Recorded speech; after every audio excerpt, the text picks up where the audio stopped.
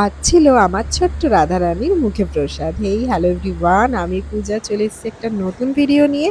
আর আমার ভিডিওতে তোমাদের সবাইকে জানাই ওয়েলকাম। দিনটা ছিল 17 জুন আর আজকে আমার সোনা মাম্মামের মুখে প্রসাদ দেওয়া হবে। আমরা সকাল সকাল সুন্দর করে রেডি হয়ে যাচ্ছি এখন সিঙিতে বাবা ক্ষেত্রপালের মন্দিরে। আমাদের বাড়ির যে কোনো শুভ অনুষ্ঠানেই বাবার কাছে এসে পুজো দিয়ে যেতে হয়। আসলে আমার শ্বশুর বাড়ির শাসনতলা হচ্ছে এই সিঙির বাবা ক্ষেত্রপালতলা।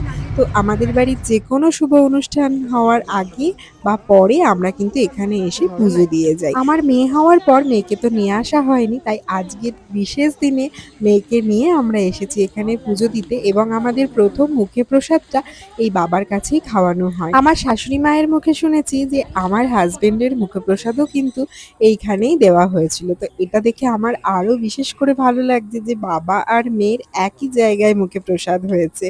আর আমাকেও এখানে বিয়ের পরপরই আনা হয়েছিল 10 দিনের মাথায় পুজো দেওয়ার জন্য। এছাড়াও আমার প্রেগনেন্সি চলাকালীন আমার শাশুড়ি মা এসে পুজো দিয়ে গেছিল।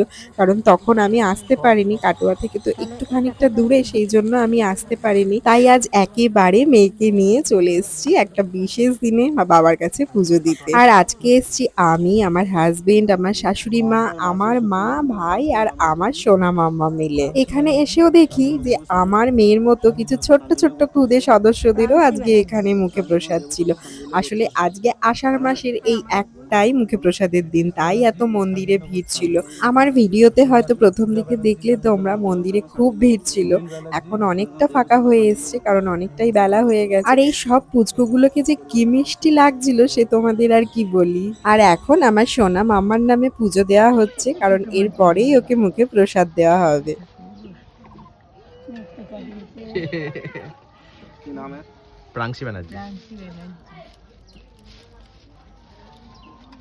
ভালো খেতে চাটছে। দুধ ছাড়া তো আর কিছু খাওনি এতদিন। একটু ধীরে ধীরে দিবি, হ্যাঁ? नहीं नहीं बोले तुझे আমার মেয়ে কিন্তু খুব সুন্দর চুকচুক চুকচুক করে প্রসাদ খাচ্ছিল। আসলে বাবা মাকে তো এই সময় থাকতে নেই, তাই আমাদের সরিয়ে দেওয়া হয়েছিল। ভিডিওটা ভাই করে রেখেছিল বলে আমি তোমাদের সাথে শেয়ার করলাম। জামাটা খাচ্ছে। ও মাম্মা, তুমি আজ খেয়েছো? প্রসাদ খেয়েছো? আমার মাম্মা প্রসাদ খেয়েছে আজকে। কই দেখি, আমার মাম্মা আজকে ভাতু খাবে। ভাতু খাবে গো আমার মাম্মাটা। আর এইখানকার পরিবেশটা এত সুন্দর, শান্ত, স্নিগ্ধ, আসলেই মন এত ভালো হয়ে যায়, মনে হয় এখানেই আরও কিছুক্ষণ টাইম কাটিয়ে যাই, যেতেই ইচ্ছা করে না। আর সময় থাকলে আজকে আমি তোমাদের আরও একটু এখানটা ঘুরে দেখাতাম, কিন্তু সময়ের বড্ড অভাব। আর এই যে আমাদের তিনজনকে কেমন লাগছে অবশ্যই কিন্তু কমেন্ট করে জানিও। আমরা তিনজনে ম্যাচিং ম্যাচিং পরে নিয়েছি। আর চলো এবার তাহলে ফেরা যাক, এখন কিন্তু বেলা হয়ে গেছে, প্রায় 11:30 মতো বাজছে। আর আজকে না বীভৎস গরম, আর পারা যাচ্ছিল না, এত রোদ কি বলবো। আর এই যে আমি আমার কোলে নিয়ে নিয়েছি আমার গপু সোনাকে। আর হ্যাঁ, এখন কিন্তু আমরা বাড়ি ফিরবো না, আমরা যাব কাটোয়াতে রাধারানীর আশ্রমে, সেখানেই আমার মাম্মাম দুপুরের প্রসাদটা খাবে। আর সেই কারণেই আমরা একটু তাড়াহুড়োয় ছিলাম, আমাদের একটু তাড়াতাড়ি ফিরতে হতো, কারণ এখানেও আবার দুপুরে পুজোর ব্যাপার আছে, 12টায় পুজো বসে যায়। আর তোমাদের সাথে গল্প করতে করতে আমরা চলে এসেছি মন্দিরে। এখানে এসে দেখি আমাদের কিছু আত্মীয় স্বজন চলে এসছে, আর কিছু আসা বাকি আছে। আর ততক্ষণে কিন্তু মন্দিরের পুজো শুরু হয়ে গেছে, এবার হবে ঠাকুরের আরতি।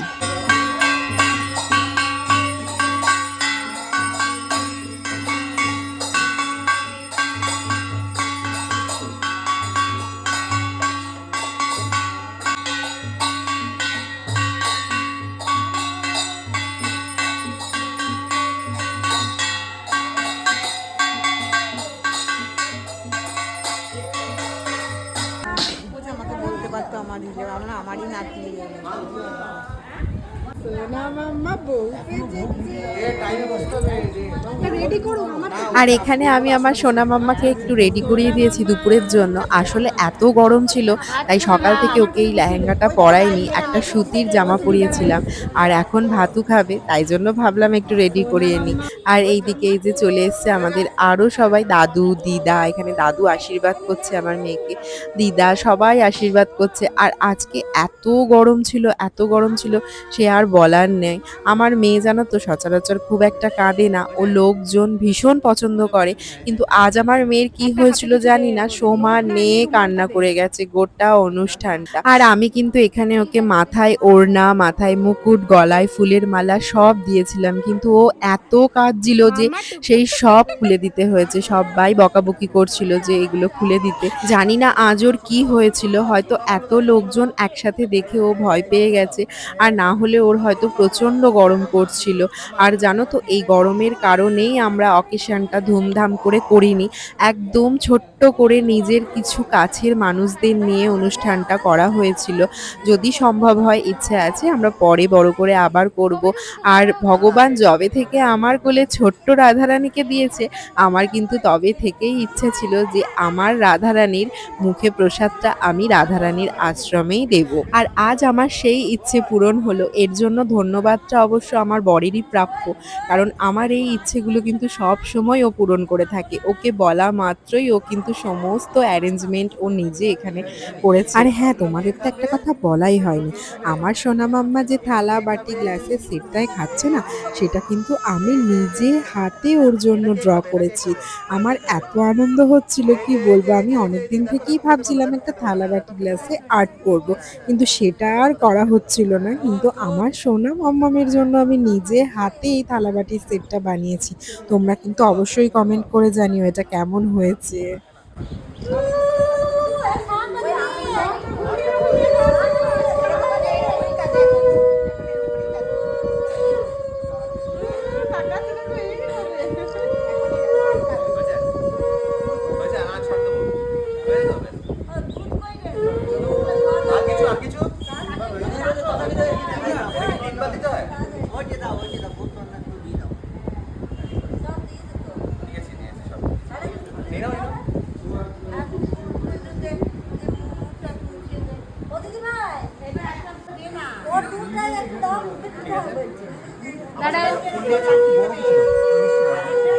বড় কিছু দেওয়া যাবে না তো সামনে ধরবো।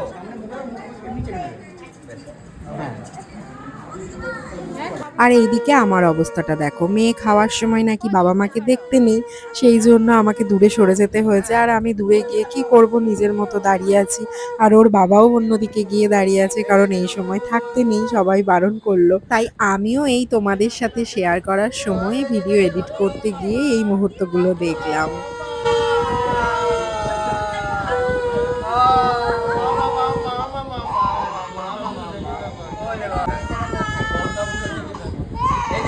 জল জল জল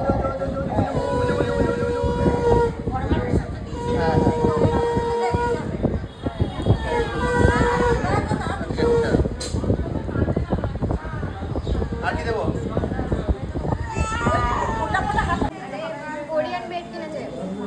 আমার মেয়ে এতটাই কান্নাকাটি করছিল যে ওকে তাড়াহুড়ো করে ড্রেসটা চেঞ্জ করিয়ে ওকে একটু ঘুম পাড়িয়ে দিয়েছি। আর এইখানে দেখো ওরা সব খেতে বসেছে, এবার আমরাও খেতে বসবো, কারণ সবাই বলল তোরা এবার খেয়ে নে। আর ও ওর মতো একটু ঘুমাক, ঘুম থেকে উঠলে ওর মুডটা যদি একটু ফ্রেশ হয় তারপরে আবার বাকি রিচুয়ালস করা যাবে। আর এখানে আমরা সবাই মিলে খেতে বসে পড়েছি, যদিও এখনও কিছু লোকজন খেতে বাকি আছে। আর আমার মা, আমার বাবা, ওরা সবাই আশীর্বাদ করতে বাকি ছিল, কারণ ওর কান্নার জন্য কেউই আশীর্বাদ করতে পারেনি। তাই ও ঘুম থেকে ওঠার পরে আমি বললাম তোমরা যারা বাকি আছো এবার ওকে আশীর্বাদ করো। আর এখানে আমার মা আশীর্বাদ করছে ওকে।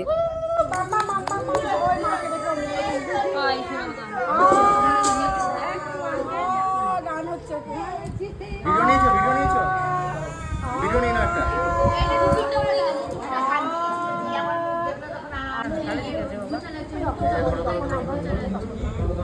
গলায় পরিয়ে দাও একটুখানি। এই যে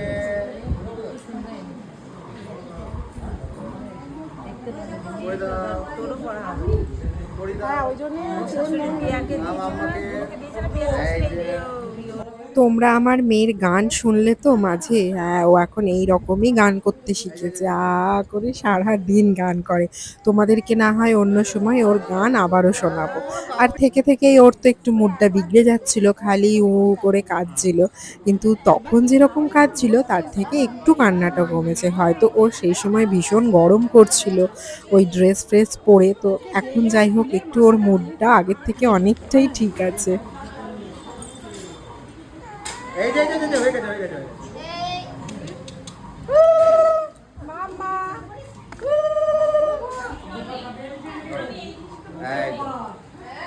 মাম্মা ওটা আবার টাকাটা দিকে নজর। মা মা কেন কি গরম লাগছে? মা তোরা